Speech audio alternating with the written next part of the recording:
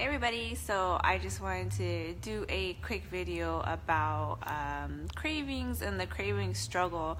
I've had a lot of clients come to me this week, especially after a bad Super Bowl eating fest. I think we tend to overindulge in parties and stuff like that, or social gatherings where the main thing we have surrounding us in those social gatherings is food, and if it's not food, then it's drinks.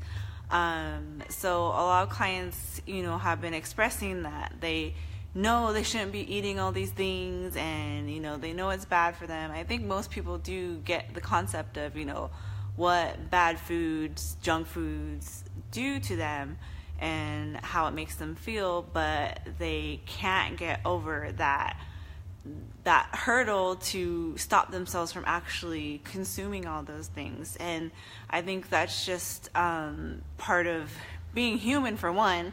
I mean, we all kind of overindulge in different things, and food tends to be one of the number one things that we kind of go towards or gravitate towards for pleasure, for enjoyment, for reward, for desire, for we just straight out deserve it. But I think we have to kind of go back into our mindset about these things. So why is it that you reward yourself with food, or this food, or drinks, or overindulge in something? Why do you feel like you need a treat every time? Or the whole emotional factor behind it. Like, what is it that's forcing you to eat these things and get into this habit of just constantly treating yourself? There has to be some type of emotional factor to it, and it's something that you're not subconsciously thinking of.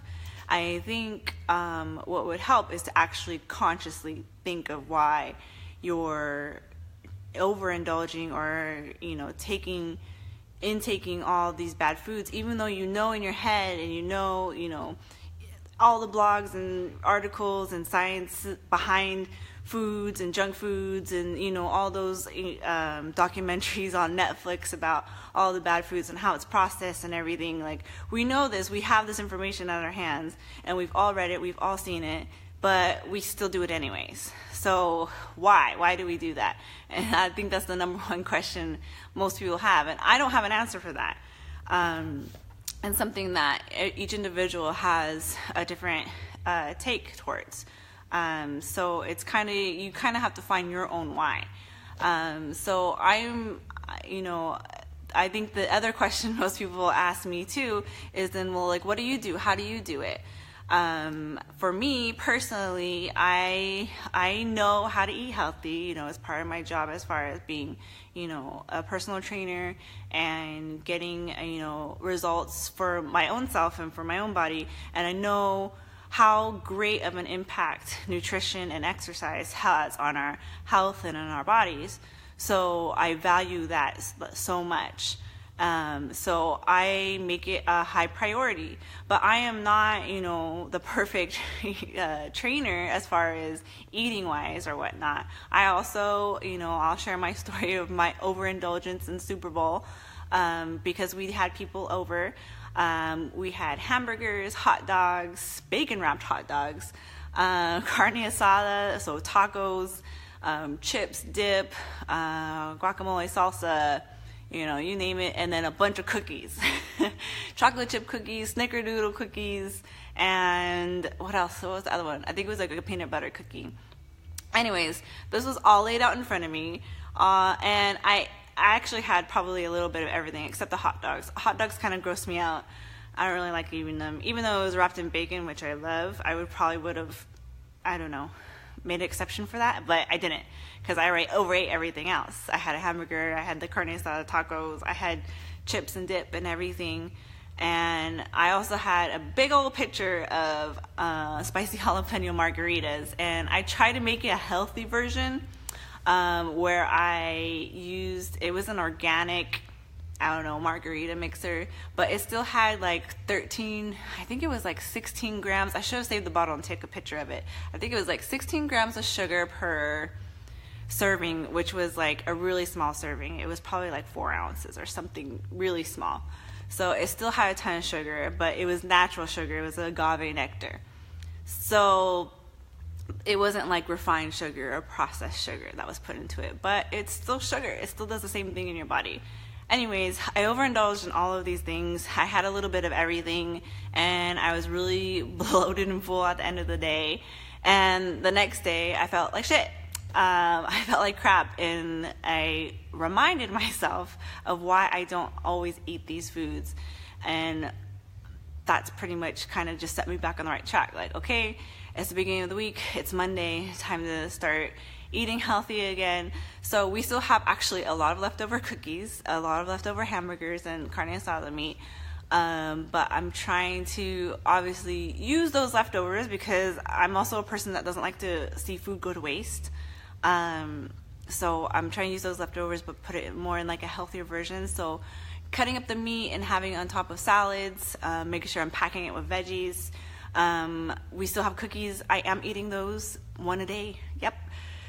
So that hasn't changed, even though I totally learned my lesson kinda on Monday. Nope, I still eat those cookies because they're there and they're in front of me. So I'm not perfect. But I think for the most part, if I don't have that food around me or in the house, then I won't eat it. And that's going back to my question that my clients have asked me, how do you do it? How do you not eat all these foods all the time? And, you know, you're so skinny and whatnot. How do you stop yourself from eating all those things? Because I like all those things, and I like to eat bad foods. They're good. They taste yummy. I think for me, just cutting them out and seeing what a difference healthy foods makes, I've just really honed in on how my body feels after I eat certain things. So obviously after Super Bowl weekend, I felt like shit on Monday, and I don't like feeling like shit. I felt sluggish, I felt bloated, I felt just gross, and my stomach was all out of whack. It didn't feel good.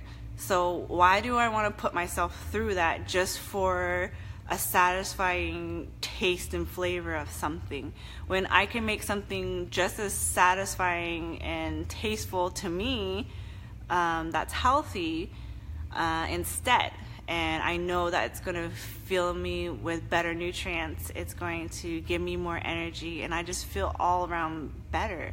And I like feeling better. I like having energy. I have a 2-year-old that I have to run after all the time, so I need that energy for myself. So fueling myself with those type of things. And if I cut out the bad foods, I don't crave them. So if I'm not eating for a really long time, so even though I had, chips and dips and salsa and stuff this weekend, I kind of overdid it and made myself sick. And even though we still have a little bit of leftovers that we're trying to finish for the rest of the week, it's not going to make me go buy more, because I'm getting sick of it already. I don't want to eat it anymore. So I think I've just kind of trained myself not to eat those things all the time. And now that I don't eat those things all the time, I don't crave them. I used to be a big soda drinker too. Like, I love Dr. Pepper. I didn't probably drink as much as you would think, or like that you would think is like bad. I had probably like a can every other day, just 1 can. But it was still soda, and it was still a lot. And now that I've cut that out, I don't crave it. I haven't drank soda for, I don't know, over a year, 2 years, 3 years going on. So if it's not in the house, I won't drink it. I mean, sometimes if it's there at a party, I'll be like, oh yeah, I want to have a drink of soda, and I'll do it, but then I won't crave it afterwards. So I think it's just trying to set some boundaries and just trying to realize what happens when you do eat those things and why you do it. So my suggestion would be to maybe keep like a food journal or something, not where you're just writing down your foods and keeping track of what you're eating, counting calories like on MyFitnessPal, but putting a reason behind it. So I'll give an example of one of my clients. So she says in the evening she cannot not have a bowl of ice cream every night. It's her treat. She has to have it. She knows when a certain time rolls around in the evening that she's going to be craving the ice cream, and she'll have a bowl of ice cream, and sometimes two. And she just can't stop herself. She knows she can't have it, or not can't have it. She shouldn't have it. It's not good for her. It doesn't make her feel good. It makes her feel all bloated going to bed. But she does it every day, all the time, same time, every day. So I suggested that she write it down every time before she even got that bowl of ice cream, to write down, okay, what time is it that I'm having this ice cream? Just so you're consciously aware of what's going on. So what time am I having this ice cream? Why do I feel like I need this ice cream? And just put the reason why, like, oh, I deserve it, or oh, it's my special treat. Whatever your reason is, just write it down and see what it is. And after like a week's worth of writing down those whys, or the reason behind your eating these foods, just review it. Just see why you're reviewing those, or why you're eating these foods. So if it's either your treat, or if it's, you had a long day, so you deserve it, or what have you, just be consciously aware of why you're doing this, because you have to find that emotional factor behind it. It's not just that, obviously sugars and salts become craveable in our bodies because the way it's processed, so you want more. So if you have some of it, you're going to want more. So that's just the kind of metabolic, scientific way, like, it happens. You just have those automatic cravings. If you've ever seen the documentary Fed Up, they go over that, how sugar fires in the brain just like cocaine does, the same areas. So if the cocaine, if you have cocaine, you're going to become addicted and you're going to want more and more. Sugar does the same exact thing. It fires the brain a certain way and makes you crave more and more and more. So just you being consciously aware of why you're doing that, or what's happening, is just, it's a good just for you to realize what's happening. And then after that, after you've done that for a few weeks or a few days, and you kind of realize, oh, this is why I'm doing that. And it might sound silly to you at the time or afterwards when reviewing it, but then you'll have a better understanding of why you're doing it. So now that you kind of understand your why, or know your why, you kind of got to dig back into why you're treating yourself that way with food. And it's a big emotional, discoverance, I would say. Trying to figure out why you're continuing to eat these foods the way you do. But I think for most people, there's always some type of emotional factor to it. I'm going to post up an article from the LA Times that I've been reading today about why, it's more about social economic status, and why poor children eat more unhealthy foods, or more poor families are prone to eating unhealthy foods. And it goes into the good reasoning of subconsciously, or just the emotional thought behind, how cheap, chips or a soda can be, that parents of poor families can afford this for their children.